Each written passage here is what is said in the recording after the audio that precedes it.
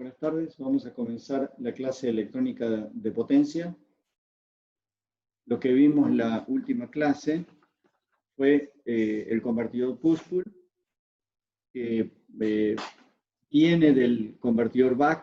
Este sería un convertidor doble buck. Y esta es la topología que vimos en la clase pasada. Esta es un poquito más detallada y vimos las señales. Bueno, ¿qué ventaja y desventaja tiene este convertidor? Este convertidor tiene un pequeño detalle que es que la tensión que van a ver los transistores, este transistor y este transistor, entre colector y emisor, es similar a la que estuvimos analizando en el flyback y en el forward, es decir, una tensión alta, porque es la tensión de salida reflejada en la entrada cuando los dispositivos están apagados. Las desventajas que vimos respecto del transformador y respecto de los tiempos de retardo que pueden llegar a tener el transistor 1 y el transistor 2.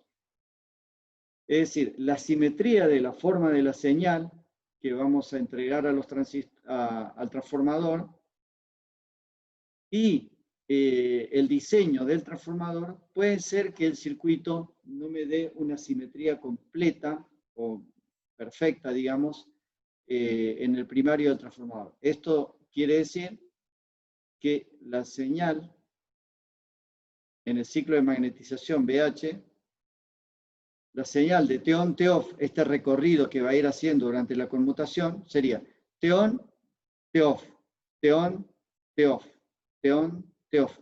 En el T-off queda aquí y en el T-off queda acá.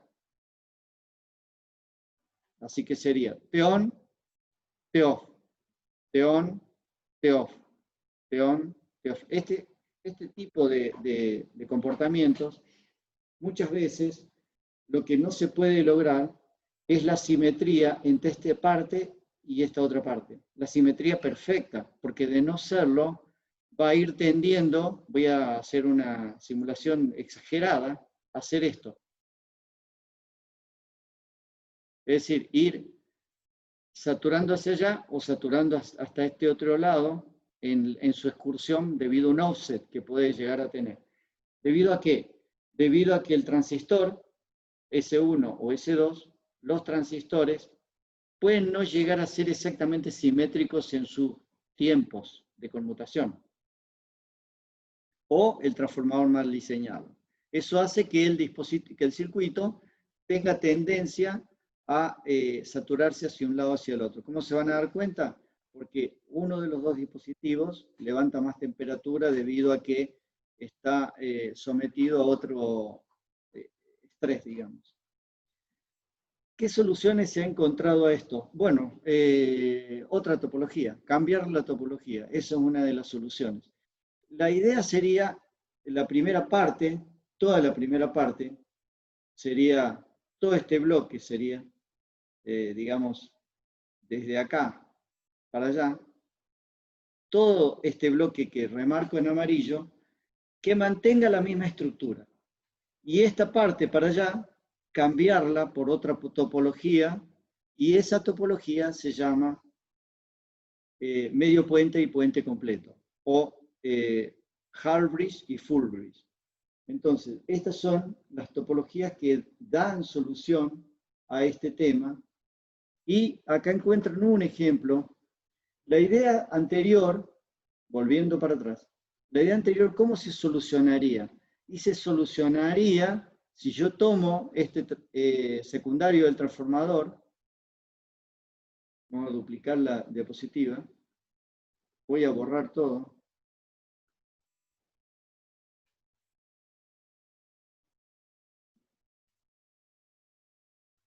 Si yo tomo el secundario del transformador, es decir, tengo el secundario,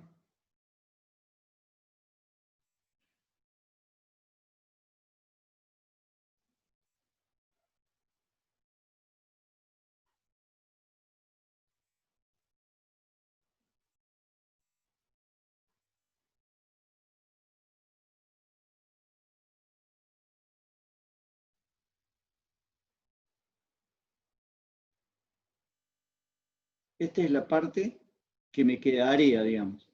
Entonces, la solución al problema de la posible asimetría puede solucionarse simplemente poniéndole acá un capacitor. Este capacitor que está acá va a cumplir la función de, primeramente, generar un balance de los voltios tiempo, digamos, del área de la tensión entregada al primario del transformador. Una de las consignas para que esto funcione es que la caída de tensión que vaya a tener este capacitor, digamos, sea de un valor muy bajo. Por lo tanto, la reactancia capacitiva de esto, el XC, tiene que ser mucho menor que la tensión que yo espere tener del otro lado. Es decir, si yo tengo acá en la entrada una tensión, del otro lado debiera tener más o menos lo mismo, y la caída de tensión sobre el capacitor C que sea de un valor relativamente bajo. Esa sería la consigna para que este circuito funcione. Entonces, ese será, digamos, el objetivo que vamos a utilizar en este tipo de circuito. ¿Cómo lo vamos a implementar? Me parece que me quedó todo compacto. Bueno, no lo voy a poder borrar. ¿Cómo lo voy a implementar? Bueno, de este lado, entonces yo lo voy a dibujar en rojo, le voy a agregar el circuito, en lugar del transformador, como lo vimos acá, luego del transformador.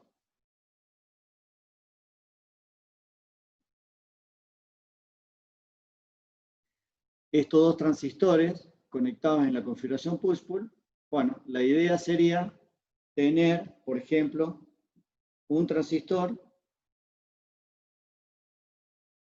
esto masa y esto el bus,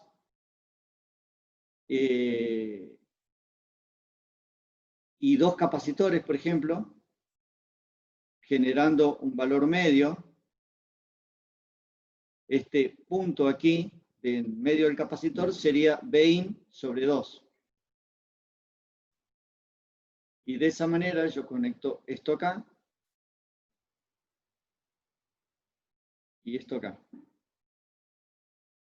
Esa sería una manera. Este circuito se llama circuito de medio puente o Hall bridge. O si en lugar de poner dos capacitores, le pongo dos transistores más. Entonces vamos a empezar por la configuración Hall bridge. ¿Qué ventajas tiene esto respecto del push-pull? Del lado de salida es lo mismo, no hay ninguna diferencia. Del lado de entrada, la ventaja que tiene es que evito tener que estar poniendo transistores que tengan un tiempo de conmutación similar para que no tenga esta simetría en el circuito de magnetización. Ese sería el objetivo principal. Y la otra, que el diseño del transformador es muy delicado, es muy preciso para evitar que esto falle. Con esta metodología puedo desvincularme de ese pequeño problema en el diseño, y solamente me quedaría diseñar bien el secundario del transformador, porque el secundario también tiene que ser simétrico. Pero del lado del primario, al tener el capacitor, voy a tener asegurado que el offset que vea de tensión aquí en el primario del transformador, no voy a tener ningún offset aquí, no voy a tener ningún offset, porque ese offset que hubiera queda salvado por el capacitor. Así que siempre voy a tener unos voltios por segundo del T-on y del T-off, siempre en su valor promedio 0. Entonces vamos al circuito de medio puente, que sería este circuito. Este circuito entonces tiene dos transistores y dos capacitores. Y un capacitor C3 para hacer este tema de, digamos, de eliminar el offset que hubiera entre los transistores. Yo puedo poner ahora transistores bipolares, como Q1 y Q2, o puedo poner transistores MOSFET, y ya no me interesaría tanto que sean exactamente simétricos en sus tiempos de retardo. Hay otro problema que se agrega con este circuito, que los capacitores C1 y C2 de potencia, que me van a entregar el valor medio, Bin sobre 2 acá, en este punto acá. ¿Qué pasa si estos dos capacitores no son exactamente iguales? Bueno, lo que va a pasar es que C3, de todos modos, va a poder salvar la asimetría que pudiera haber. Así que no me tengo que preocupar tanto por ni los retardos simétricos de Q1 y Q2, ni los valores de discrepancia que pudiera haber entre C1 y C2. C3 entonces va a solucionar todos los problemas de asimetría que hubiera desde el punto de vista del primario transformado. Lo demás, desde el punto de vista del funcionamiento, va a ser exactamente igual que el anterior, el circuito anterior, con la diferencia que la tensión que voy a tener en el primario, la tensión que voy a tener acá, va a ser una excursión en el T-on y en el T-off de Bin hasta llegar a Bin sobre 2, porque es este el valor que tenemos acá. Y luego vamos a tener menos, o sea, 0 y Bin sobre 2, y Bin. O sea, la excursión del transistor en el T-on y en el T-off va a ser como delta, digamos, tanto por un lado como para el otro, de Bin sobre 2. Si yo de este lado lo miro con el capacitor C3 eliminando el offset, el 0 va a estar acá. Entonces yo voy a tener una excursión desde Bin sobre 2, 0 y menos Bin sobre 2. Esto me da como relación de conversión de estado estacionario, a diferencia del circuito anterior, de que MDD va a trabajar con una relación de conversión. Acá estamos poniendo una relación de 1, de n, perdón. Entonces sería n por 0,5, porque esto sobre 2 me daría una tensión la mitad que la anterior, por d. Y esa sería la excursión, la relación de conversión de estado estacionario en CCM.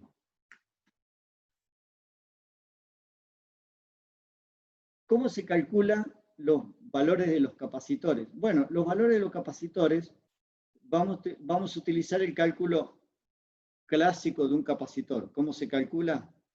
C es igual a I por T sobre delta B. En el caso de C3, C3 es igual a la corriente, y la corriente sería la potencia que tenemos acá, reflejada para el otro lado, o sea, sería proporcional a esa potencia, pero me va a dar una corriente, visto desde el lado del primario, esa I del primario es proporcional a la potencia de la carga, ¿no?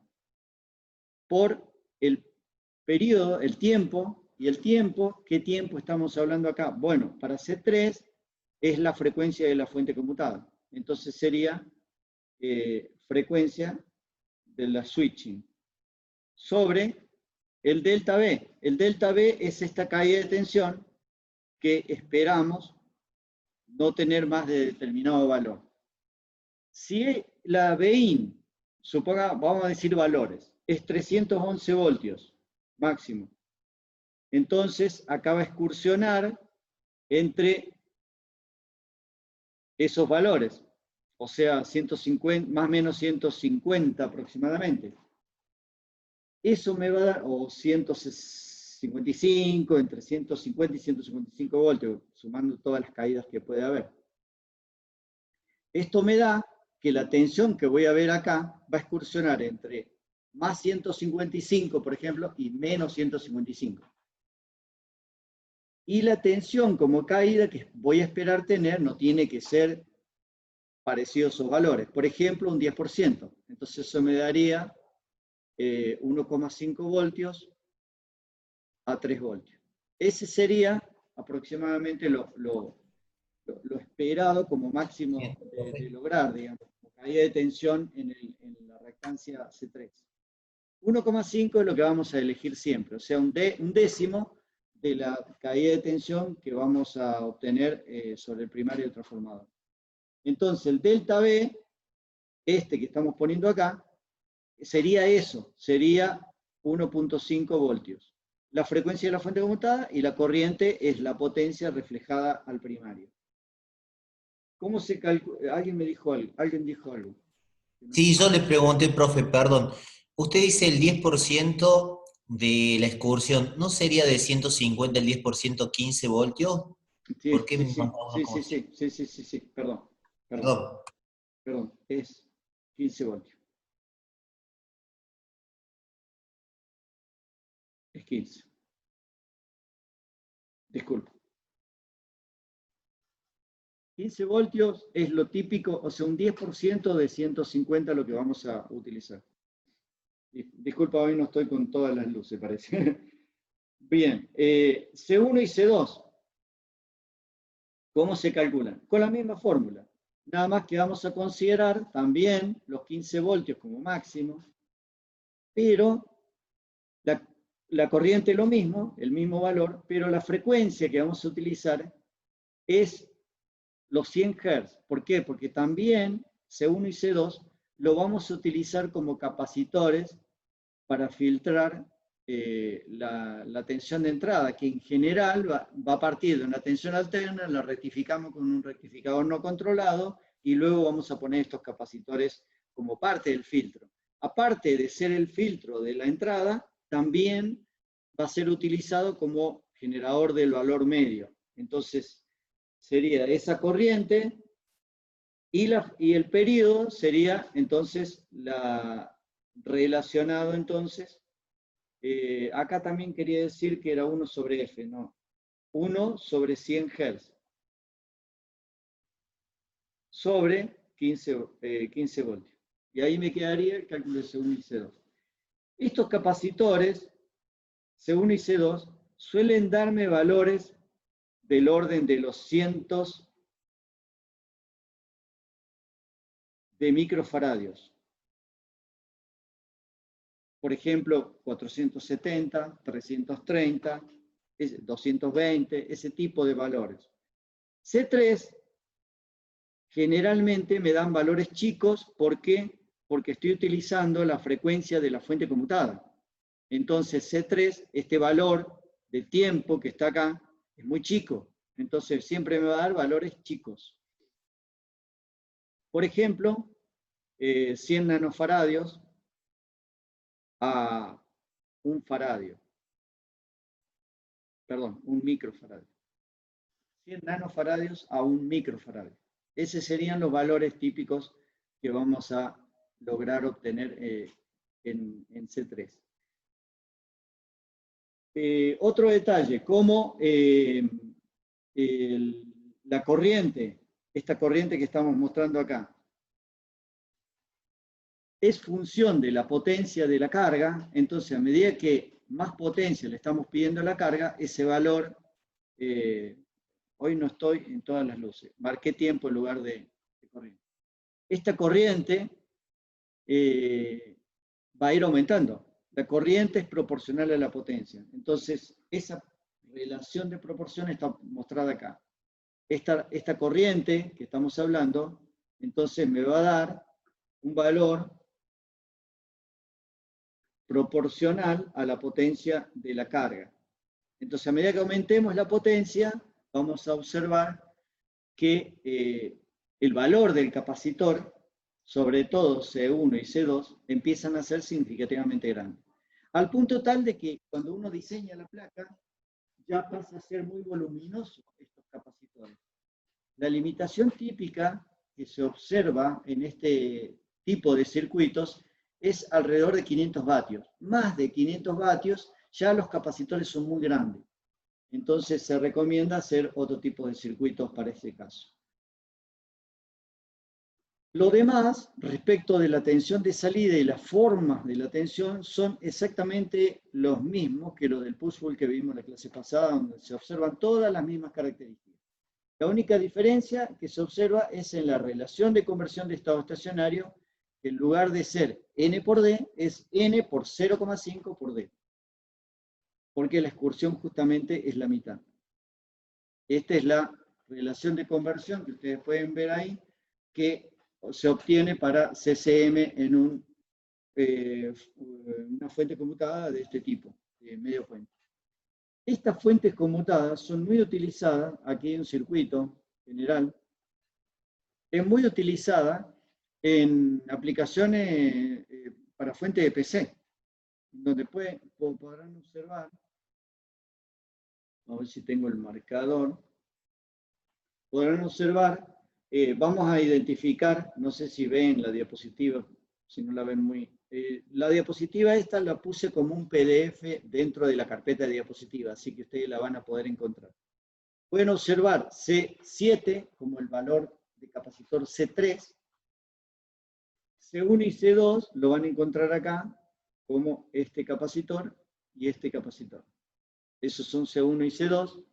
Los transistores de potencia son estos dos que están acá. Luego, el transformador, que es este que está acá, el transformador, y bueno, y todo el circuito, que es bastante complejo. Este circuito es de fuente de una PC para un convertidor ATX, digamos.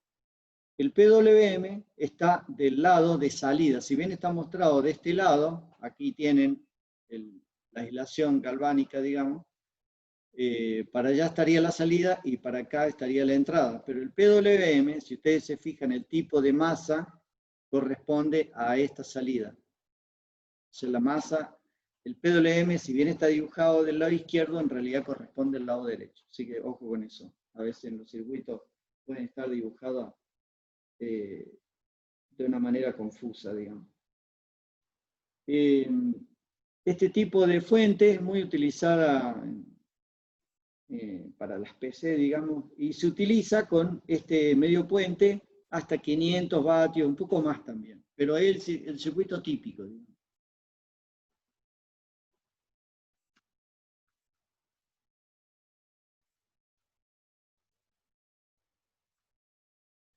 Un circuito para más potencia, lo único que hacemos es los dos capacitores los reemplazamos por dos transistores. Entonces ponemos un transistor más aquí y un transistor más aquí. En lugar de dos transistores y dos capacitores, cuatro transistores. Y de esa manera volvemos a que la relación de conversión vuelve a ser M de D es igual a N por D.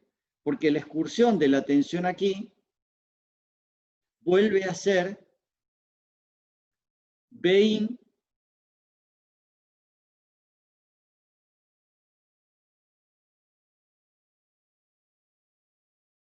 y menos Bin. Esa sería la excursión que vamos a ver en el primario del transformador. Acá no está puesto el capacitor, por simplicidad, porque para los, digamos, para los fines de la simulación, el capacitor no aporta, digamos. Si podemos ponerlo para ver, para observar detalles, digamos, de caídas de tensión, de reactancia, lo que sea, pero para la simulación, si está o no está, no importa porque el transformador es ideal, los transistores tienen tiempos de retardo ideales, todos los mismos, entonces no vamos a notar ninguna asimetría en el circuito. Pero es por esa razón. Bueno, acá tienen un ejemplo del circuito de puente completo. De nuevo, en la simulación, no puse el capacitor C3, estaría acá. Para los fines de la simulación no harían falta. Esperen un segundito que voy a cerrar la puerta porque me está haciendo frío. Me olvidé de cerrar. Aguanten un segundito, por favor.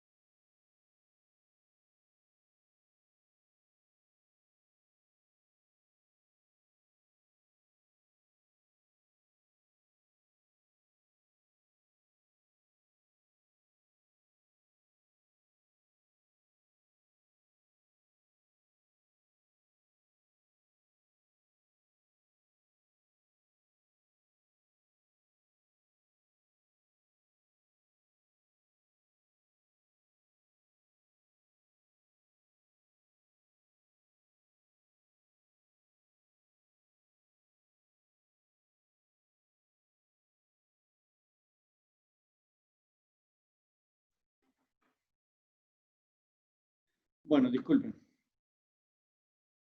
Volviendo entonces, acá tienen el capacitor C3 y acá están los resultados de la simulación que cuando ustedes la vean en el apunte van a encontrar también las mismas formas para el push-pull, para el medio puente y para el puente completo. Las formas son exactamente las mismas, porque el circuito en realidad no cambia nada del lado de salida. Lo que está cambiando es la manera en que conmutamos la entrada. Pero en el puente completo aparecen otras ventajas respecto de los anteriores circuitos. El puente completo tiene la ventaja de poder generar otras formas adicionales de tensión en la entrada del transformador, o sea, acá. Esa tensión puede tener otra forma. Por ejemplo, voy a dibujar una forma. Esta forma, pero además generando los ceros. Esto que estamos mostrando acá es cero de voltaje. Y este cero solamente se puede generar, o sea, acá está el cero, acá está Vin, acá está menos Vin. Este cero solamente se puede lograr si yo, por ejemplo, saturo Q1 y Q3 o saturo Q2 y Q4. O sea, hacer un cero del lado de abajo o un cero del lado de arriba. Cero para los ojos o digamos, para el primario del transformador, solamente se puede lograr cero de voltaje si yo genero un cortocircuito del lado de entrada, digamos, ya sea con Q1, Q3 o con Q2, Q4. Esa es la única manera de generar este cero que está acá. Y eso es muy importante porque yo puedo generar las formas que yo quiera porque tengo 4 transistores. Puedo generar todas las variantes posibles y con los otros 2 circuitos no. Queda muy limitado porque si yo abro el transistor, al no poder generar ceros, la tensión sobre el primario se invierte y tiene valores negativos y se va a los extremos de los valores porque dejo un circuito abierto. Entonces, esa es una diferencia que se puede observar acá en el puente completo. Así que ahí hay una pequeña diferencia respecto de los circuitos anteriores. Y de nuevo, la relación de conversión de estado estacionario ahora pasa a ser N por D y no 0,5 como el circuito anterior. Acá tiene un ejemplo de aplicación, es decir, para potencia más allá de 500 vatios, siempre se recomienda utilizar circuitos de puente completo. ¿Por qué? Porque eliminamos los capacitores que son un problema a la hora del diseño de convertidores, digamos. Acá hay un ejemplo, una máquina de soldar. Esta máquina de soldar tiene 4 transistores en configuración puente completo. Obviamente viene de un rectificador porque toma de la red trifásica. También podría ser para aplicaciones monofásicas, pero en este caso es para una trifásica y con el puente de los 4 transistores y la carga sería la soldadora. Así que se utiliza para 2 kilowatts en adelante, 2 a 3 kilowatts. Y la ventaja es que el transformador se diseña con las siguientes características, digamos, el transformador de la fuente conmutada. Como la fuente conmutada trabaja en alta frecuencia de conmutación, en general se pueden lograr 1 kilogramo de ferrite por kilowatt. Y podría generar más todavía. Solamente tendría que hacer es aumentar la frecuencia. Pasa que estoy un poco limitado con la frecuencia a utilizar por muchas razones. Una de ellas es las pérdidas de conmutación de los transistores, que las pérdidas de conmutación empieza a ser importante ya a medida que aumentamos la frecuencia. Y entonces, o sea, el TON y el TOFF son finitos, y esos valores, el tiempo, digamos, de sentido apagado, generan pérdidas que son de evaluar y se acercan a valores grandes cuando aumentamos la frecuencia. Pero si aumentamos la frecuencia, el volumen requerido para el ferrite también es menor. Así que tenemos ese compromiso de utilizar la máxima frecuencia posible sin que esto me limite las pérdidas de los dispositivos. Bueno, esto es tomado de un paper y el paper lo pueden conseguir. Yo se lo dejo disponible para que le peguen una mirada, pero bueno, eso, digamos, sobre ejercicios vamos a tomar directamente algún ejercicio del libro, digamos, del Bautista Blanco. Así que voy a mostrar vamos a ir directamente a un ejemplo del libro de Bautista. Es el ejemplo del problema 636. La idea es la siguiente. Tenemos un puente completo, vamos a ir directamente a un ejercicio de puente completo.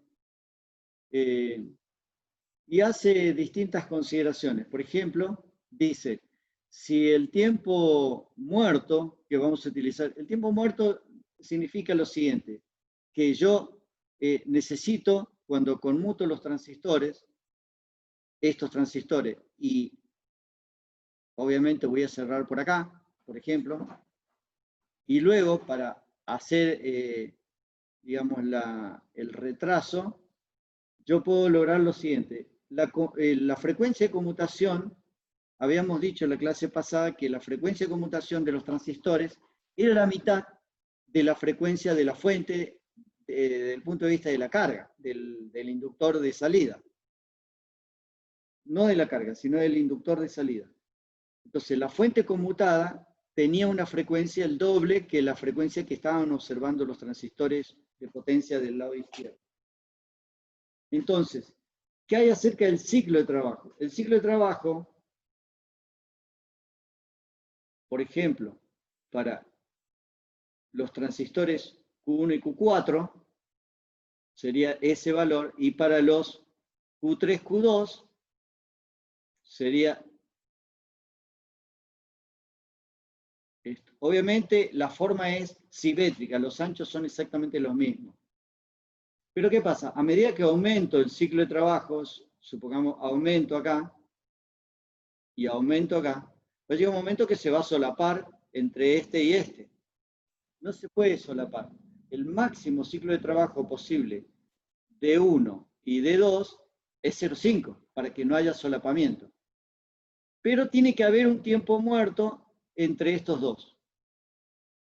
Lo que dice acá el libro es que el tiempo muerto se fije en un 10%. Entonces, si se fija en un 10%, estoy fijándolo de este lado y de este lado. Entonces pasa a ser el 20% y por lo tanto el ciclo de trabajo máximo que voy a poder lograr en el convertidor va a ser de 0,8. Bueno, eso como punto número 1. Dice obtener el ciclo de trabajo máximo del convertidor si fijamos como tiempo muerto un 10%, digamos, de los transistores. 2. Asumiendo el ciclo de trabajo máximo posible, calcular la relación del transformador que puede lograrse en el convertidor. Y 3.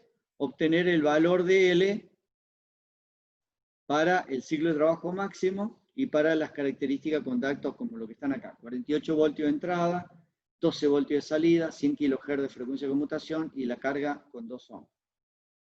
Bueno, el libro de Barrado lo que primero hace el análisis de que el máximo ciclo de trabajo posible en este convertidor va a ser de 0,5, pero ojo, es el ciclo de trabajo de los transistores individuales. El ciclo de trabajo de la fuente conmutada es 2 veces esto. O sea, si D1 y D2 es 0,5, D de la fuente conmutada va a ser de 1. Cosa que, bueno, uno no estaría conmutando. Así que siempre va a ser un poco menos. Este es el máximo posible, pero, de nuevo, no habría conmutación, así que ese valor no es posible. Luego le ubica, entonces aquí, el retardo del 10% y logra que el ciclo de trabajo máximo de cada bloque sería de 0,4. Para lo cual, el D me daría de 0,8. que es lo que ya habíamos estimado previamente como posibilidades acá. Lo habíamos dicho anteriormente. Punto 2, entonces se pide la relación de transformación y bueno, ponemos los valores, 48, 12 de salida, 48 de entrada, 2 veces por 0,4, o sea, por 0,8, y eso me da una relación de 3,2. La relación de transformación de secundario a primario es de 3,2, pero lo que va a estar faltando siempre en el cálculo de un transformador, obviamente, va a ser, sí, la relación es 3,2, pero ¿cuántas vueltas tiene el primario? Bueno, las vueltas que tiene el primario es un tema que lo van a encontrar en la mayoría de los libros de fuente conmutada. Nosotros lo vamos a dar, no ya, no para este momento, en esta oportunidad, digamos, no en esta clase. Sí vamos a mencionar el cálculo de transformador, probablemente la clase que viene o una clase vamos a destinar a eso, pero no vamos a decir más por el momento, digamos. En el apunte tienen todo el cálculo, tienen toda la metodología, detalle por detalle, cómo es el cálculo. Vamos al apartado 3. El apartado 3, lo que estaba pidiendo, volviendo acá, obtener el valor de L para las consignas que están acá. Bueno, entonces se vuelve a poner el circuito, ya directamente poniendo de este lado como una fuente de tensión ideal en lugar de todo el circuito y que me queda como un análisis de un back. Y con el cálculo del inductor que lo sacábamos del back. Así que simplemente ustedes tienen que pasar los valores y obtener aquí, para el cálculo de L, lo que pedía era la relación de ciclos de trabajo o la relación de voltajes, la resistencia de carga y la frecuencia. Y con eso obtienen el valor de la inductancia. Ese sería, digamos, este tema, digamos, de ejemplo. Hay varios ejemplos más, yo simplemente puse uno solo, pues yo les recomiendo que vean un par de ejercicios más que están en el barrado, hay muchos, pero bueno, no puedo darles todos, mostrarles todos. Son bastante sencillos de seguir, con lo que hemos visto hasta ahora, así que no van a tener problema en seguir. Esperen un segundo. Vamos a ir al tema que sigue.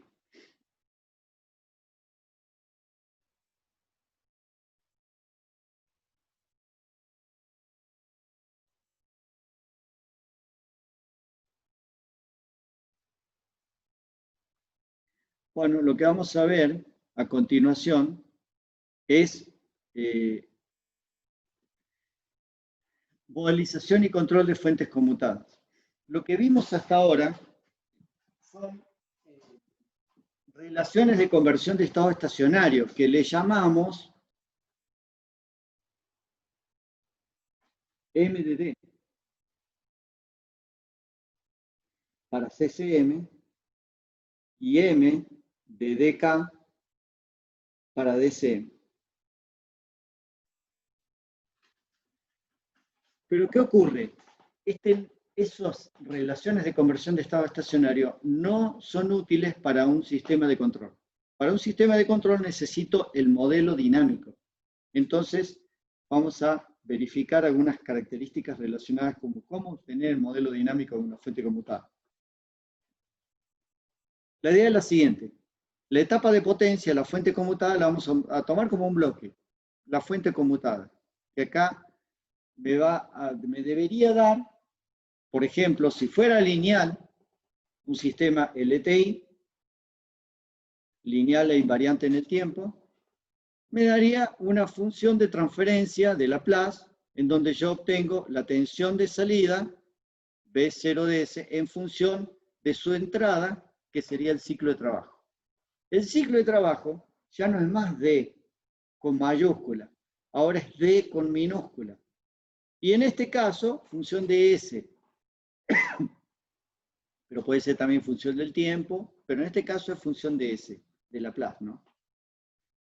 El PWM tiene como objetivo la tensión de entrada y como salida el ciclo de trabajo. Es decir, si yo le obtengo con una tensión 1 voltio, obtengo un ciclo de trabajo de esta forma. Un tren de pulsos de esta forma. Con 2 voltios aumento el ciclo de trabajo, empieza a ser un poco más ancho. Y así sucesivamente en función del valor de la tensión de entrada. Ahí veo obtener distintos ciclos de trabajo.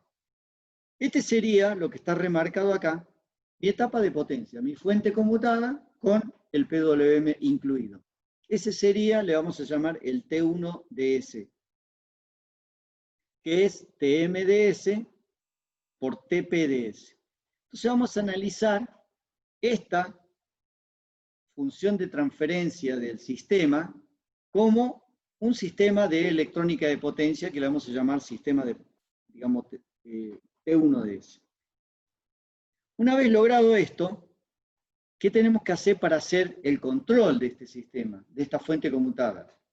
Bueno, lo que vamos a hacer es cerrar el lazo. Primero vamos a analizar el comportamiento de este sistema T1DS en lazo abierto, que se llama analizar la ganancia de la trayectoria directa. Ganancia y fase, ¿no? Analizar el comportamiento dinámico de la trayectoria directa. Una vez analizado esto, puedo inferir cómo se va a comportar, tal cual lo vimos por ejemplo, en PLL, y vamos a utilizar los mismos conceptos y los mismos criterios acá, y una vez logrado eso, vamos a ver qué tipo de compensador podemos incluirle al sistema para que cuando cerremos el lazo se comporte de una manera que yo quiero. Tenemos dos maneras o dos caminos, tiempo y frecuencia. Hay otras maneras más. Por ejemplo, la técnica del lugar de las raíces. Nosotros vamos a utilizar esta, la respuesta en frecuencia, que es la más fácil de todas. O sea, vamos a utilizar método de respuesta en frecuencia para analizar el comportamiento dinámico y luego el tipo de compensador que requiere una fuente conmutada. Bueno, dicho esto, podríamos decir lo siguiente. El análisis o el modelo dinámico de una fuente conmutada vino siendo estudiada por muchas décadas, digamos. Pero hubo un estudio importante hecho en los años 70 por David Middlebrook y Slodovan Cook en la Universidad de California, Caltech, California Technology. En esta universidad hicieron un estudio sobre el comportamiento dinámico de las fuentes conmutadas que había en su momento. Pero en este caso analizaron las tres, la BAC, la BUS y la BAC-BUS, y con estos modelos pudieron llegar a inferir el resto de los modelos comparándolos. ¿Con qué problemas se encontraron? Bueno, la idea que tuvieron es la siguiente. La fuente conmutada, en realidad, no es un sistema LTI, o sea, lineal e invariante en el tiempo. Es un sistema básicamente variante en el tiempo. ¿Por qué? Porque durante el T-on yo tengo una ecuación característica y durante el T-off obtengo otra ecuación. Entonces está variando entre un comportamiento y otro durante el tiempo T-on y T-off. T-on, T-off va cambiando.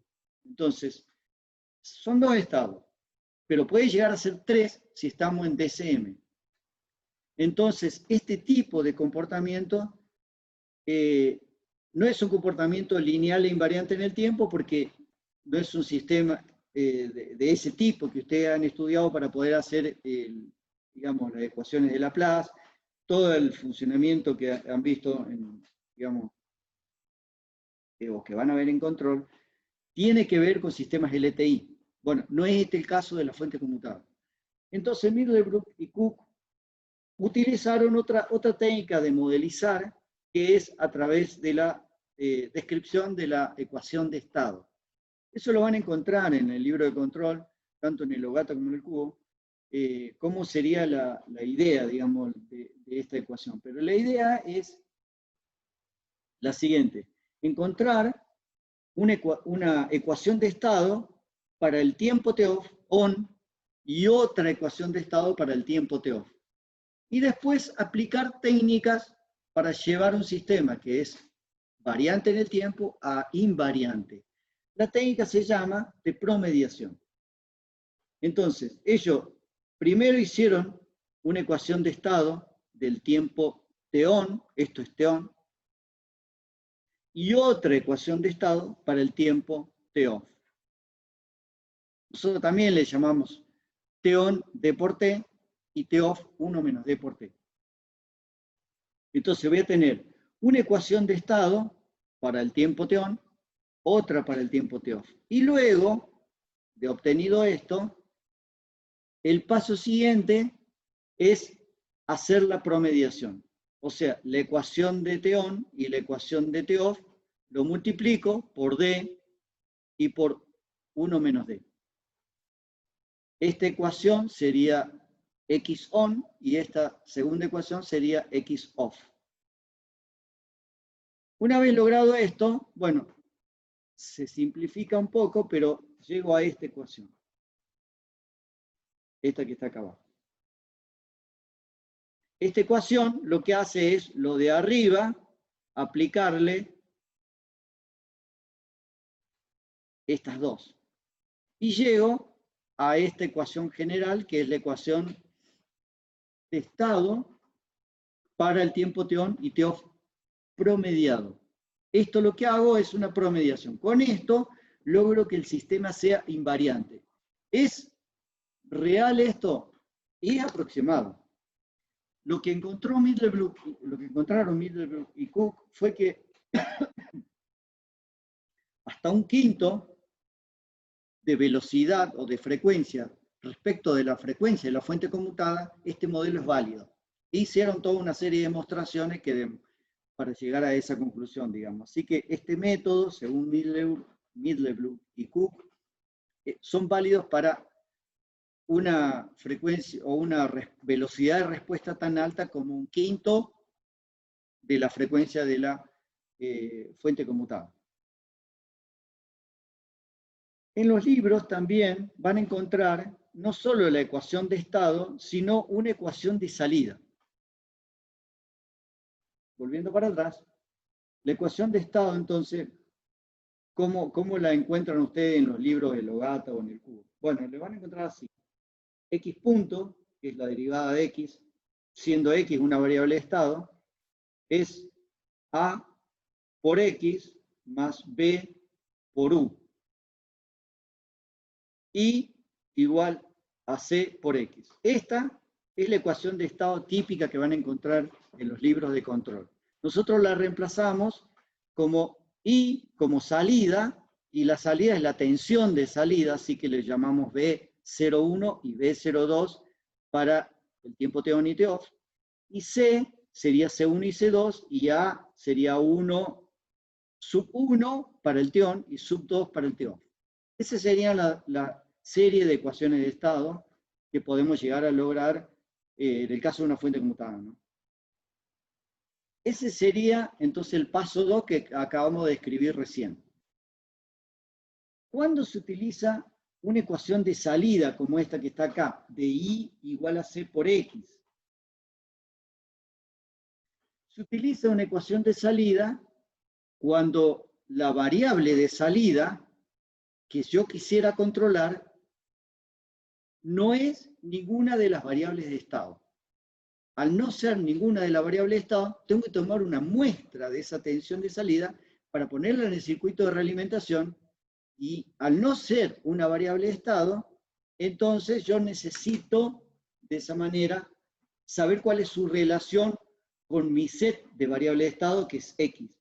Entonces, esta relación es, en general me da un vector, el vector C. Paso 3, hacerlo lineal. No todos los modelos de fuente conmutada son lineales. Entonces, la idea es utilizar una técnica de linealización. ¿Qué es linealizar? Bueno, todas las variables posibles. Por ejemplo, la variable de estado, la tensión de salida, el ciclo de trabajo. ¿Qué lo represento, por ejemplo, la variable de estado, como un valor X constante y una perturbación? La tensión de salida, una tensión de salida constante y su ripple, digamos. El ciclo de trabajo, el D que nosotros utilizamos para el estado estacionario y la perturbación. Obviamente esa perturbación va a tener que ser chica dentro de los valores porque esa sería la idea. Y en estado estacionario, ese es otro detalle, el detalle típico de las variables de estado, en estado estacionario, X punto es igual a 0. O sea, tiende a 0 cuando llegamos a estado estacionario, la derivada de la variable de estado. Bien, entonces, a la ecuación de estado esta que está acá arriba, las dos, que son la ecuación de estado y la ecuación de salida, le aplicamos la técnica de linealización. Entonces, cambiamos esta ecuación que está acá, en el medio, por su representación, que sería toda esta línea. Me da una ecuación bastante larga, que la simplifico simplemente dejando hasta acá, y me dan productos, por ejemplo, de esto por esto y por esto, productos entre sí, que como se define que las perturbaciones son valores muy chicos multiplicado por otro valor muy chico, me da un valor mucho más chico, que son siempre valores menores que 0. Entonces,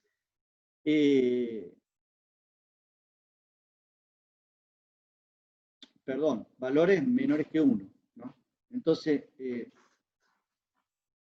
Entonces, estos términos los podemos despreciar. De hecho, la técnica de linealización de Taylor desprecia todos los coeficientes que son determinados términos, como x cubo, x cuarto y todo eso. Entonces, nosotros vamos a despreciar los términos de productos de perturbaciones. Y me va a quedar solamente esta parte que sería hasta acá. Todo esto que está acá. Y para simplificar, A y B lo llamamos de esa forma, pero es todo este término. Esto es un desarrollo bastante largo, ¿no? Por lo tanto, la vuelvo a escribir acá arriba, esta ecuación y la ecuación de salida. Y luego el paso que sigue es directamente aplicar Laplace, porque ya tengo un sistema que era variante y que posiblemente no era lineal, apliqué la técnica de invariancia y de linealización. Entonces, a esta ecuación que he logrado llegar al final, que sería esta, le aplico el análisis de continua. El análisis de continua, despreciando todas las variables, digamos, de alterna, me van a quedar esta ecuación y yo la puedo simplificar, digamos, en esta ecuación que queda acá. Y este término es lo mismo que habíamos obtenido como MDD, que es la relación de conversión de estado estacionario, porque yo estoy analizando los términos de DC únicamente. Entonces voy a tener que llegar exactamente a la misma relación que hemos llegado antes. Eso me da un indicio de que por lo menos en estado estacionario se relacionan entre sí. A continuación, hago el análisis de dominio de frecuencia de la ecuación de estado, que sería esta que está acá. Final, digamos, esta que está acá. Esta, le aplico Laplace, por ejemplo, a x punto, le aplico Laplace, me queda x por x de s y así sucesivamente.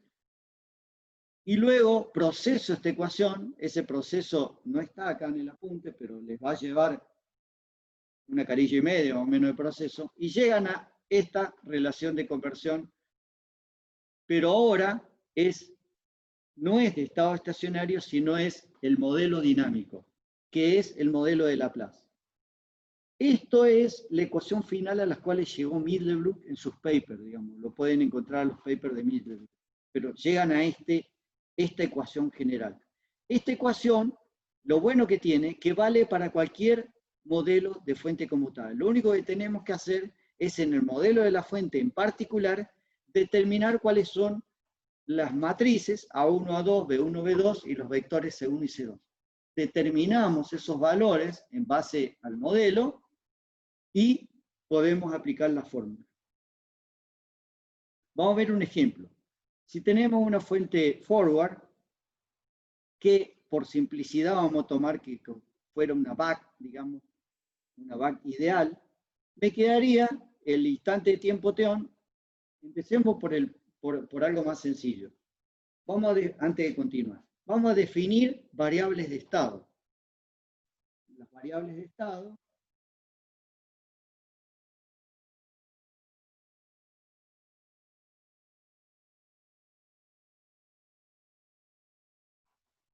son las siguientes.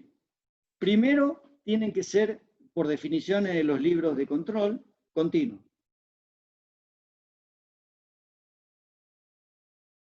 En lo posible, esto no quiere decir que lo vamos a utilizar, pero en lo posible deberían ser variables medibles. ¿Por qué? Porque sería mucho más sencillo para la fuente conmutada obtener variables que yo pueda digamos, lograr su representación o lograr su medición. El otro detalle, que lo van a encontrar también en los libros de control, ¿cuántas variables de estados tiene un sistema? ¿Cuántas variables de estados posibles puede llegar a tener? Bueno, la idea que aparece en los libros es la siguiente. Va a tener tantas variables de estado como componentes conservativos tenga. En el convertidor BAC, en particular en este, hay dos componentes conservativos, L y C. L y C son los componentes conservativos. Entonces, vamos a definir, en base a estos dos criterios, básicamente, cuáles serían las variables de estado candidatas aquí. Bueno, por ejemplo, en el inductor, ¿qué variable del inductor medible es continua o puede llegar a ser continua? ¿La corriente o la tensión del inductor? Esa sería una pregunta. La corriente. Entonces, I de L sería una variable de estado candidata. ¿Y en el capacitor? ¿La corriente o la tensión? Tensión. La tensión. Entonces, este sería, BC, sería la segunda variable de estado. Entonces, a I de L le vamos a llamar X1 y a BC le vamos a llamar X2. Y ahí tenemos X1 y X2, que serían mi vector de variable de estado. Y habría dos. No puede haber más que dos. No puede haber tres, por ejemplo, si hay solamente dos componentes conservativos. ¿Qué otra variable de estado candidata podría llegar a ser? Que no la vamos a utilizar, pero que sí podría llegar a ser, porque puede haber más variables de estado acá, posibles, digamos. Por ejemplo, una variable de estado posible podría llegar a ser la derivada de la tensión en la salida. Eso podría llegar a ser una variable de estado. Bien, no la vamos a utilizar a esa como variable de estado. Vamos a utilizar estas dos que son las más sencillas, medibles, más fáciles de interpretar. Y ahora voy a explicar por qué necesitamos en la ecuación de estado, por ejemplo, la ecuación de estado decíamos que era X punto es igual a por X más B por U. Y había una ecuación de salida, I igual a C por X. Bien, ¿cuándo necesitamos la ecuación de salida? Y ahora viene la pregunta que yo le había comentado. Vamos a necesitar una ecuación de salida cuando la salida, que sería en este caso la tensión, que yo voy a tener que querer controlar, porque ¿cómo sería? B0 de S sobre D de S. Ese sería la idea de llegar a una T, P de S. que es lo que habíamos dicho al principio, que es lo que queríamos llegar con el modelo de Laplace o la función de transferencia de Laplace de la fuente conmutada. Entonces, la tensión de salida no es ninguna de estas dos variables de estado. Entonces sí necesito saber la relación que hay entre esa tensión de salida que voy a tener que querer controlar y las variables de estado. Y me va a aparecer una matriz C que en realidad va a ser un vector. Pero la matriz, cuando tiene una sola fila o una sola columna, pasa a ser un vector. Entonces, en este caso en particular, la ecuación de salida es requerida. Y otro detalle que queremos mencionar. ¿Por qué es requerida? Porque el capacitor es real, tiene una resistencia de capacitor. Y esa resistencia de capacitor hace que la tensión de salida sea diferente de X2 o de BC. ¿Estamos de acuerdo? Bien, esa sería entonces digamos, la selección de las dos variables de estado requeridas para la ecuación de estado. Paso siguiente, hacemos la generación de la ecuación de estado para el instante de tiempo t-on y la ecuación de estado para el instante de tiempo t-off, y después simplemente de ahí no voy a hacer todo el análisis ni nada, simplemente voy a definir cuánto vale A1, A2, B1, B2, C1, C2, y eso lo aplico en la fórmula final y listo. Esa sería la idea. Entonces, en el instante de tiempo t-on, a diferencia de la fuente conmutada que habíamos estado analizando hasta ahora, yo nunca en una fuente conmutada había puesto la resistencia del inductor junto con el inductor y la resistencia del capacitor junto con el capacitor. Lo había puesto la resistencia del inductor en el bus y en el back bus para explicar que si pongo esa resistencia, en realidad no tiende al infinito la relación de conversión cuando D tiende a 1. Así lo habíamos puesto, lo habíamos hecho en un pequeño análisis, pero no lo había puesto, no lo había incluido en MDD, como ahora sí lo vamos a analizar, tanto RDL como RC. ¿Por qué? Porque quiero saber si realmente RL y RC, que pueden llegar a ser las resistencias de pérdida que tienen los componentes o de dispersión que tienen tanto el capacitor como el inductor, si estos valores influyen en la dinámica del comportamiento de la fuente, o no. Entonces, por eso tengo que incluirlo al principio. Después veo si lo descarto o no.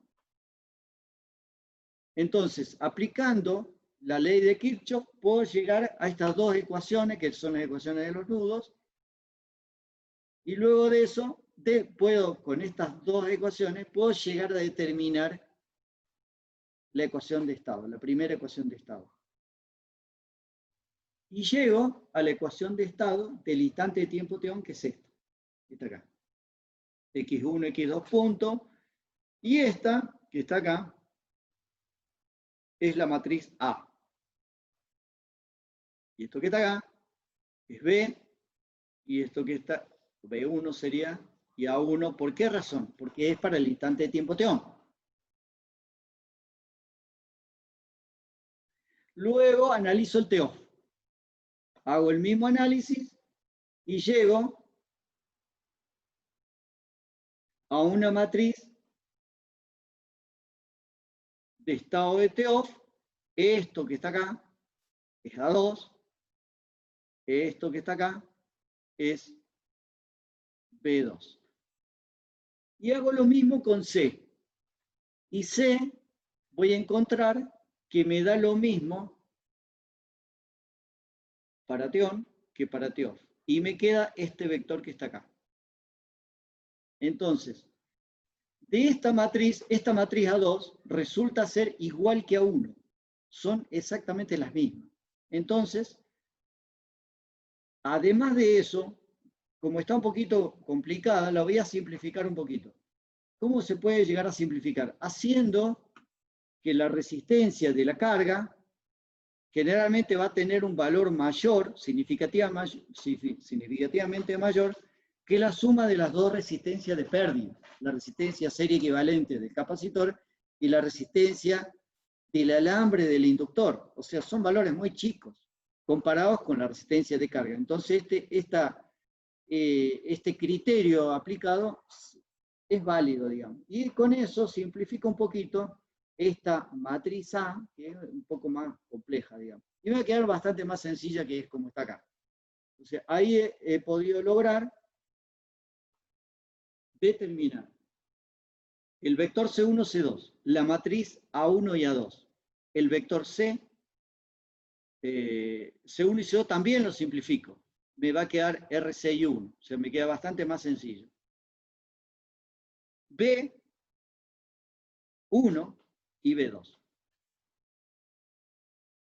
Y con eso ya directamente aplico la fórmula. ¿Cuál fórmula? Bueno, lo único que me quedaría para aplicar la fórmula, como en la fórmula, fíjense lo que me pide. En la fórmula me está pidiendo todo esto, pero además me está pidiendo la inversa de la matriz. Entonces, como es una matriz de 2 por 2, es muy fácil determinar la inversa de la matriz. Es muy fácil.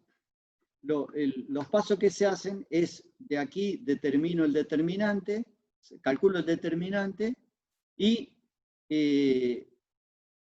por ejemplo, hay un método de la inversa de la matriz que es esta y esta las cruzo, estas dos que están acá, y estas dos las dejo como están cambiadas de signo. Es eso dividido por el determinante, que es este que está acá, ya directamente obtengo la inversa de la matriz. Es muy fácil determinar la inversa de la matriz de 2 por 2. Bueno, entonces ya tengo la matriz inversa A1 y lo único que hago, por ejemplo, es el primer paso de determinar la relación de conversión de estado estacionario, que me queda N por la matriz C por A a la menos 1 por B.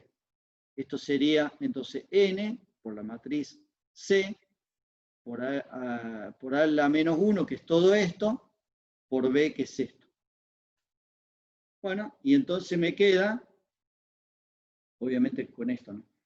Me queda esto, que lo tengo que procesar un poco, y obtengo que M de D es igual a todo este término.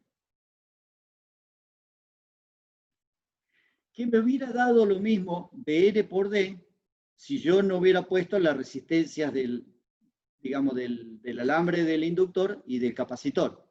Si yo a esto lo desprecio, me queda esto tachado con esto y me queda N por D. Así que llego lo mismo que llegaba con, digamos, el método anterior. Y luego hago lo mismo con TPDS y llego a esta ecuación que tienen acá abajo. Esta ecuación, esta es un poco más larga.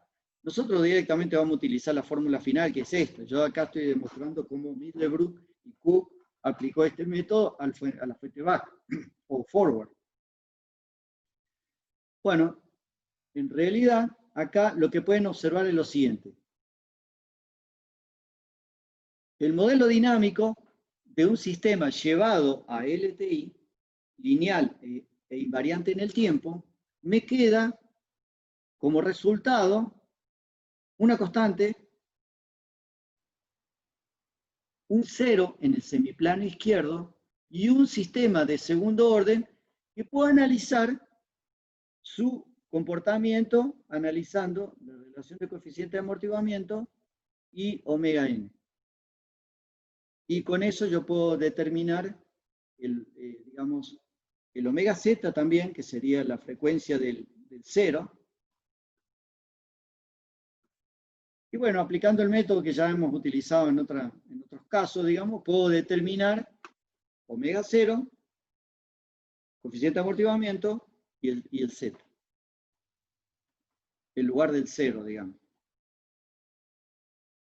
Así que este sería el comportamiento dinámico de una fuente conmutada, en este caso back. Si lo veo en el lugar de las raíces, voy a ver lo siguiente. Voy a ver un 0, este es el plano S, voy a ver un 0 puesto acá adelante y un set de polos complejos conjugados. Eso es lo que voy a observar cuando analice esta fuente conmutada. Una fuente conmutada BAC, por ejemplo. Y el 0 está del lado izquierdo, o sea, está en el semiplano izquierdo.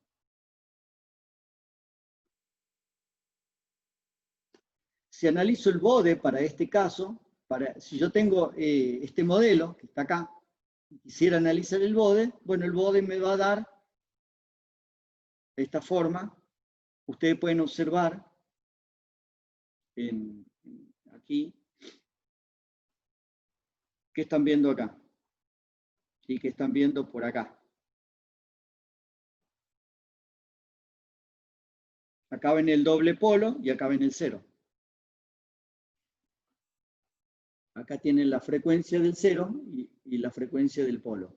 Y la relación de coeficiente de amortiguamiento. Que como el valor es extremadamente chico, debe haber un error. Debe ser 0,69. Después voy a revisar esto porque me parece que ahí hay un error.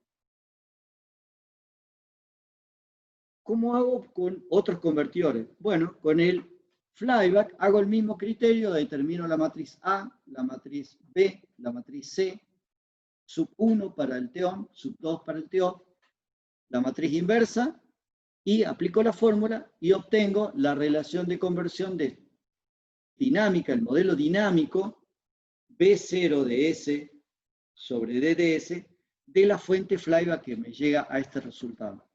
Acá van a observar, distinto en la fuente conmutada flyback, digamos. Van a observar un 0 en el semiplano izquierdo y un 0 en el semiplano derecho. Y un sistema de segundo orden como el caso similar del BAC.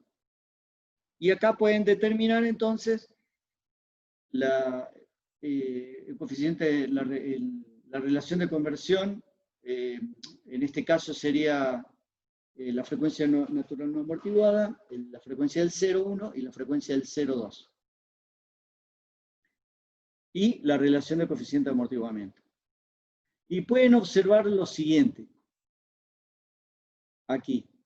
Van a observar un 0 en el semiplano izquierdo, un polo complejo conjugado en el semiplano izquierdo y un 0 en el semiplano derecho. En los libros de control, y medio al final, cuando ustedes vean más adelante, no sé si han llegado a ver todavía esto en control, pero cuando ustedes vean sistemas en el plano S que tienen un 0 del lado derecho, en donde el factor de atenuación pasa a ser de valores positivos, van a observar lo siguiente. Un 0 en el semiplano derecho significa, tiene nombres en los libros de control,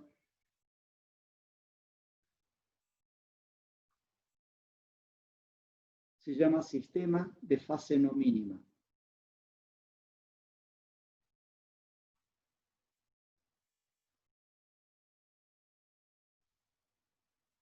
¿Y qué significa eso? Significa lo siguiente, y después les voy a pedir si a alguno les interesa, cuando vean esto en la materia de control, van a ver que tiene mucha aplicación en realidad en casos concretos. En el caso de la fuente conmutada, ni hablar. ¿Qué es un sistema de fase no mínima? ¿O qué significa tener un 0 en el semiplano derecho? En términos de Laplace. Bueno, lo que significa es lo siguiente. Yo tengo una fuente conmutada. Vamos a dibujarla como una cajita. Yo tengo la fuente conmutada que es esta. Tengo una variable que quiero medir, un D de S que es el control, y un B0 de S que es la variable que quisiera controlar. Esta la mido, la pongo en el sistema de control, este sería DDS de referencia, y acá me va a dar a la fuente conmutada una DDS acá adentro, que sería la variable de control, digamos. Entonces, En sistemas de fase no mínima se observa lo siguiente. Si yo aumento la carga en la salida, generalmente cuando aumente la carga, lo que va a tender la tensión de salida es a bajar su valor. Entonces, baja el valor de la tensión de salida porque aumentó la corriente de la carga. Como baja la tensión, tomo una muestra de ese valor y le estoy diciendo al sistema de control, la tensión bajó. ¿Qué tiene que hacer mi sistema con DDS? Tendría que aumentar el valor para sostener el valor de BS en el valor estable, digamos, con error de estado estacionario 0. Bien, o con error 0 dinámico. Siempre va a haber una dinámica hasta llegar a su valor de estado estacionario. Entonces, los sistemas de fase no mínima funcionan así. Aumento la carga, la tensión cae. Cuando la tensión cae, le estaría diciendo al sistema aumentar el ciclo de trabajo. Pero en los sistemas de fase no mínima, cuando yo aumente el ciclo de trabajo, lo que tiende el sistema, en lugar de aumentar la tensión, primero lo baja y luego lo sube. Le da el offset. Este offset está. Pero primero baja la tensión. Hace lo contrario de lo que debería hacer. Ese es el efecto. Obviamente acá lo dibujé muy grande. Los valores son mucho más chicos. Pero ese es el comportamiento de un sistema de fase no mínima. ¿Qué tenemos que hacer nosotros? Lidiar con el sistema para que esta parte, que hace lo contrario a lo que yo quisiera hacer, no lo vea y realmente lo vea cuando está ya haciendo el control realmente. Entonces esto hace que los sistemas de control para sistemas de fase no mínima sean un poco más lentos porque tengo que obviar la primera parte de comportamiento no deseado. Bueno, ahí tienen. Más de esto van a ver cuando vean esta parte en control, digamos. Pero para nosotros, por ahora, con eso alcanzaría, digamos. Simplemente tenemos que ver cómo lidiar y nada más. Cómo hacer para que el sistema sea estable dentro de los criterios de estabilidad que ya hemos mencionado. Vamos a ver un ejemplo ahora cómo hacerlo. Bueno, acá pueden observar, y acá pueden observar los valores, el polo y los ceros. Aquí tienen el comportamiento o la digamos, función de transferencia para el back, para el bus y para el back bus. Las tres ecuaciones, y nosotros vamos a partir de acá, digamos. Utilizamos estas ecuaciones para un caso concreto directamente. Simplemente tenemos que asignar valores de ciclo de trabajo, los componentes y nada más. No tenemos que hacer más que eso. ¿Cómo sería? Entonces, con esto obtenemos el TPDS, que sería la función de transferencia de la parte de potencia de la fuente conmutada. ¿Qué nos estaría faltando? La función de transferencia del PWM, que yo parto de ciclo de trabajo para relacionar tensión con ciclo de trabajo, pero yo necesitaría saber qué relación hay entre DS y BDS de control. Entonces, acá podemos ver en un ciclo, en un funcionamiento clásico de una PWM, el PWM lo que hace es modular el ancho de pulso con una función que está variando dentro de un valor de variación relativamente, acá lo puse muy grande, pero relativamente chico, digamos. Entonces, dentro de esa variación de BC, de la tensión de control, se compara con una diente de sierra y con eso se obtiene como salida el DDT, que es un tren de pulso. Este tren de pulsos tiene un ancho mayor o menor de ancho, digamos, del circuito, en función de la tensión de control BCDT. ¿Cómo se implementa esto? Simplemente es un comparador, en donde comparo la señal de diente de sierra con una señal de control. La señal de control en la fuente conmutada siempre es una señal que está variando de una forma, digamos, que pueda ser medible. Entonces, en general, va a ser un tono barriendo su frecuencia entre valores bajos, llegando, aumentando la frecuencia, que es el objetivo de hacer este análisis en frecuencia. Este análisis en frecuencia, ¿cómo se hace? Y bueno, se hace haciendo un barrido en frecuencia de la señal de control, de BCDT. Entonces, hacemos un barrido y podemos llegar a obtener, entonces, el ciclo de trabajo. En general, los PWM tienen una función de transferencia muy sencilla. Es simplemente una constante. Esa es la relación de que sería 1 sobre Bm. Esa sería la relación, digamos, del ciclo de trabajo, del PWM, perdón. Vamos a ver cómo se obtiene la función de transferencia, que en realidad es una constante proporcional, de un PWM cualquiera. Vamos a ver el SG3525. Viendo el datasheet, van a observar lo siguiente. Mínimo ciclo de trabajo, 0. Máximo ciclo de trabajo, y 0,49. No puede ser 0,5. 49%, acá está en por ciento. Sería 0,49. No puede ser 0,5, porque si no, no estaría conmutando la fuente conmutada. La idea es generar un tren de pulsos y otro tren de pulsos, pero este y este no pueden ser de 0,5 porque si no se estarían solapando. Así que tiene dos salidas el 3525. Salida de Q1 y salida de Q2. Bien, entonces vamos a tomar como máximo el típico, que sería 0,49. El típico vamos a utilizar como máximo. Tensión de entrada, tiene un umbral. El umbral es de 0,9 y llega hasta 3,3. Entonces ponemos acá D y BC y obtenemos la gráfica que es esta. Y haciendo las ecuaciones, llego a que mi constante proporcional es 0,204.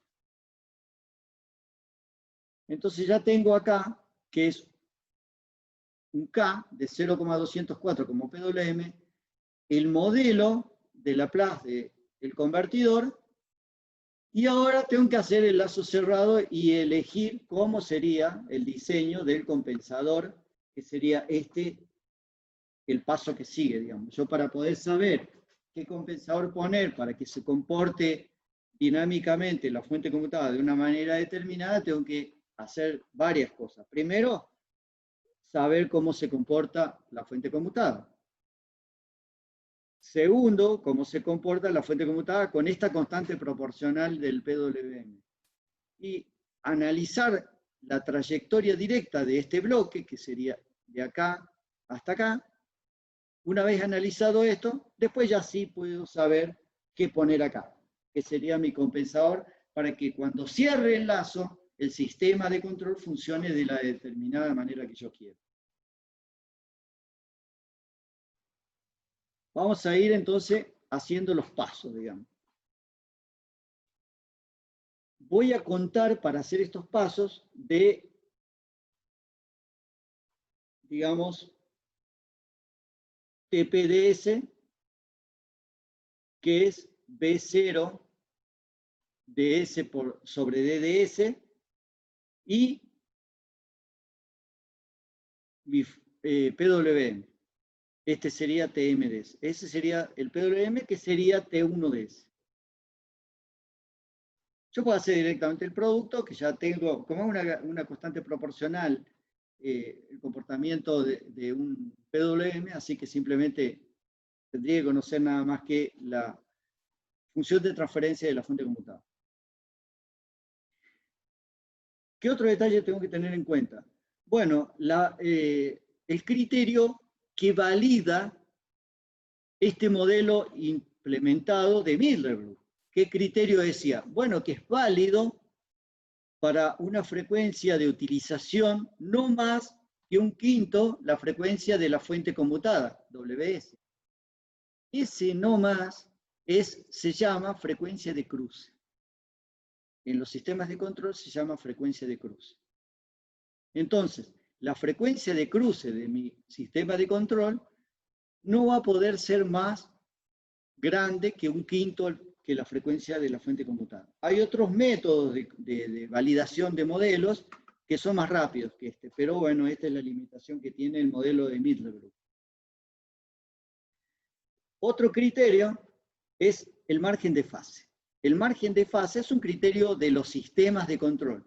Se prevé o se propone que el margen de fase del sistema de control esté entre 30 y 90 grados cuando cierre el lazo. Esto es un criterio del sistema de control. Y el otro detalle es qué quisiera tener en estado estacionario. En estado estacionario voy a querer tener error cero en estado estacionario. Entonces, ¿cómo voy a poder lograr tener error cero en el sistema?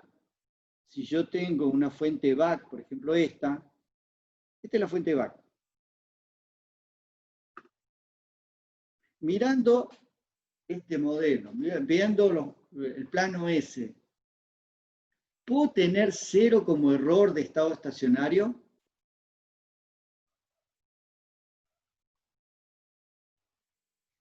La pregunta, marqué mal. La pregunta la voy a hacer de otra forma. El tipo del sistema, ¿qué tipo es? Cero. Tipo cero. Cero. Cero. ¿Por qué? ¿Por qué? Porque no tiene Porque polo, no tiene polo al origen. Porque no tengo polos en el origen. Entonces, un sistema tipo cero, el convertidor back, no voy a poder tener error estacionario cero, a menos que el controlador que ponga aporte un cero acá. Entonces, mi sistema global va a tener un cero, no por la fuente conmutada, sino por el aporte que estoy haciendo con el controlador. Entonces, mi sistema va a tener que aportar ese cero. Y eso es lo que dice acá. Pero además, tener alta ganancia en frecuencias bajas. Para minimizar el error de estado estacionario, pero básicamente vamos a utilizar sistemas cuyo error en estado estacionario sea cero. Vamos a utilizar ese tipo de características en el controlador. Bueno, hay dos controladores que vamos a hacer un resumen muy grande porque controladores van a ver en control, así que yo no quiero superponer los temas que ustedes van a ver en la materia. Sí voy a decir qué controladores necesitamos para la fuente conmutada. Vamos a necesitar dos tipos de controladores solamente. Uno que se llama PI y otro que se llama PID. Proporcional integrador derivativo. El proporcional integrador tiene un componente integral cuyo objetivo de la integral es aportar el polo en el origen, para que el error en estado estacionario sea cero.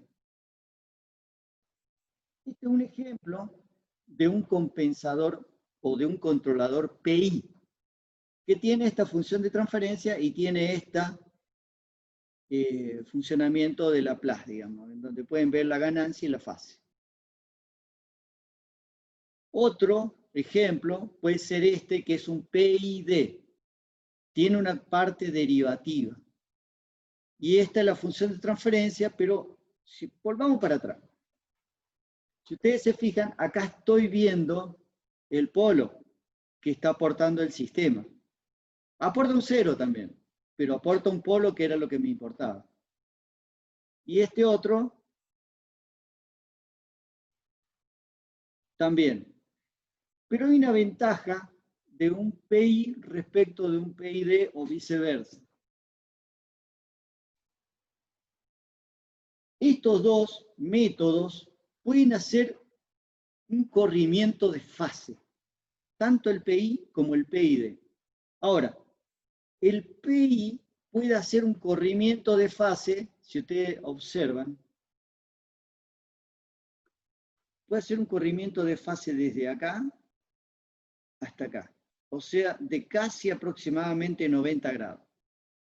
Y el PID puede hacer un corrimiento de fase mucho más grande, que casi alcanza los 180 grados. Entonces, si analizamos desde el punto de vista de la factibilidad de hacer un corrimiento de fase, ¿por qué necesito hacer corrimiento de fase? Para lograr el margen de fase que se requiere en el sistema. Entonces, como el sistema tiene un margen de fase determinado, yo necesito correr la fase con mi controlador para que el sistema global tenga un comportamiento de un margen de fase entre 30 y 90 grados, que son el requerimiento que habíamos puesto al principio. El PI, que también se llama tipo 2, tiene un aporte en el corrimiento de fase, esto es fase. Un aporte en el corrimiento de fase de hasta 90 grados, sin incluirlo. No está incluido los 90 grados. Y el PID puede hacer un aporte en el corrimiento de fase de hasta casi 180 grados. Entonces, en general, bueno, esto es una constante que, vamos a ver, esa constante es un, en realidad van a encontrar en los libros de síntesis de controladores, este es un ejemplo de un controlador, pero van a encontrar que el PI tiene una constante con la fórmula directamente de los valores. Directamente, y el valor que hay que correr en fase, y eso me da el valor de corrimiento de fase requerido, me da un valor de constante, y ese valor de constante lo pongo en los valores de los componentes y directamente obtengo el componente requerido, el valor del componente requerido. Es una metodología bastante sencilla para implementar los controladores. Pero el objetivo básicamente del controlador entonces es hacer que mi error en estado estacionario sea 0, pero además que tenga un margen de fase dentro de los valores requeridos. ¿Para qué? Para que el sistema sea estable, para que sea considerado estable. Entonces el tipo 2 en particular me va a dar este tipo digamos, esta constante K, que yo la puedo determinar directamente acá o la puedo calcular, siempre me conviene calcularlo y utilizar directamente los valores, o el tipo 3, que puedo llegar a obtener todos los componentes a través de determinar el valor de K. Eso para la síntesis de cómo se implementa un controlador. Ahora, ¿cómo lo haríamos nosotros en un caso concreto de una fuente conmutada? Vamos a ver un ejemplo. Yo tengo una fuente conmutada de medio puente, o trabajando 50 kHz, cuya función de transferencia es esta, y cuya resultado de esa función de transferencia lo pude lograr obtener el bode. Y ya acá tengo directamente el bode. Me muestra cómo es el bode de esa fuente conmutada.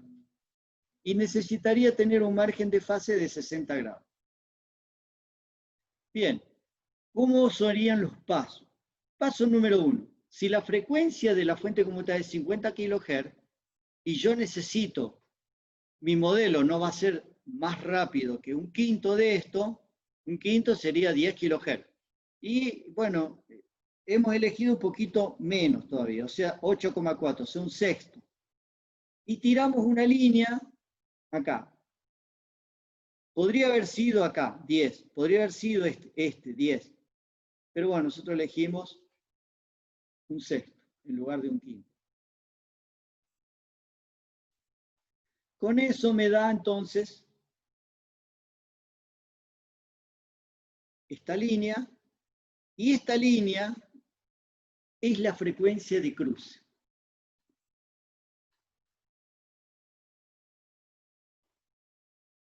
¿Qué va a ser 8,4 kHz? Porque la frecuencia de la fuente conmutada es de 10 kHz.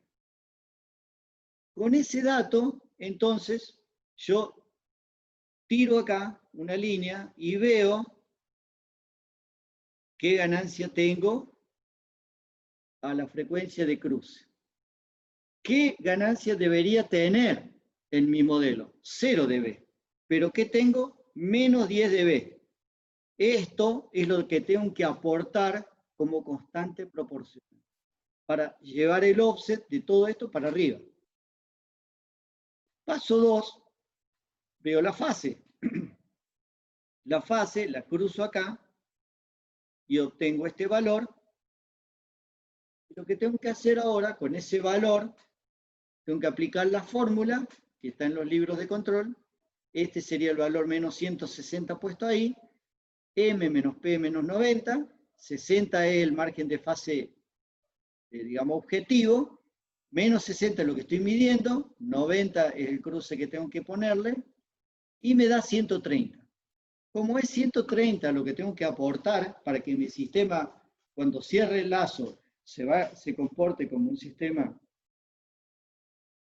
digamos, de lazo cerrado estable con un margen de fase de 60 grados, entonces tengo que utilizar un tipo 3 o PID. No puedo utilizar un PI porque el PI no me puede aportar tanto de corrimiento de fase. Bueno, con eso, y yo ya sé que 130 el bus, el valor que tengo que elevar, calculo la fórmula aplicando esta fórmula, pongo acá el valor de 130 y obtengo el valor K, que es 20,3. Y con eso ya directamente obtengo los valores. Pero la ganancia proporcional la obtengo de acá, que es menos 10. O sea, tengo que aportar 10 dB. O sea, 3,23. Y de ahí obtengo entonces todos los valores, como G ya lo tengo obtenido, obtengo todos los valores requeridos para la fuente conmutable. Y ahí obtuve la síntesis del valor. Bueno, este sería un ejemplo de controlador para una fuente conmutable. Con esto terminamos esta diapositiva. ¿Preguntas? Profe, ¿por qué elegía 90, por qué se ponía 90 grados? No, esa es una fórmula que está en los libros de control para hacer el cálculo del valor que tengo que elevar. Este valor sale del libro. Hay un desarrollo que dice cómo es el valor que tengo que utilizar en la compensación, que es M menos P menos 90. Este menos 90 sale del libro, ¿no? Profe, Sí. el sistema de fase no mínima, ¿es una consecuencia de usar el flyback o tiene algún beneficio? No, que el flyback se comporta de esa manera, si observas acá, se comporta los tres modelos de fuente conmutada. Dos modelos, el bus y el back bus. El flyback, ustedes saben que es derivado del back bus, pero el bus también tiene fase no mínima. Está acá. Es esta y esta. Acá están digamos, el 0 en el semiplano derecho. Los dos modelos, el bus y el back bus, son de fase no mínima. Es, digamos, inherente al modelo, pero esto porque está trabajando en CCM. En los libros, digamos, más elaborados de control de fuente conmutada, van a encontrar, por ejemplo, van a encontrar un libro más detallado de lo que hemos alcanzado a dar en la materia, es el de Robert Erickson. Este libro, el Robert Erickson, que lo tienen en PDF, trata el sistema de fase no mínima, hace varios ejemplos y muestra que en DCM, tanto el bus como el back bus, desaparece el 0 en el semiplano derecho, deja de ser sistema de fase no mínima. Y eso explica por qué muchos diseñistas, muchos diseños de fuente flyback, las hacen trabajar en DCM. Y las hacen trabajar en DCM porque el sistema de control es más fácil. Así que no, es inherente, es una característica, digamos, del tipo de convertidor. Ustedes van a, cuando vean control un poco más detallado, cuando vean modelización de sistemas o de plantas, van a encontrar estas características que tienen las plantas o los sistemas, digamos. Pueden ser de fase no mínima o no. Los sistemas de fase no mínima no son muy sencillos, son generalmente los controladores son mucho más lentos, son más difíciles de elaborar el desarrollo del sistema de control, un poquito más complejo. El BAC es un sistema muy sencillo de controlar, es uno de los más sencillos de implementar. Por esa razón, el BAC y sus derivados, que sería el forward, que sería el medio puente, puente completo y el push-pull, son los circuitos de fuente conmutada más utilizados en la práctica, digamos. Y para aplicaciones de no mucho detalle, bueno, pueden utilizar el flyback. El flyback se utiliza bastante, pero no en aplicaciones de alta calidad, digamos. Por ejemplo, un cargador de batería, y bueno, es flyback, pero tampoco es importante tener un control tan fino, digamos, como si se requiere en otros modelos de fuente conmutada.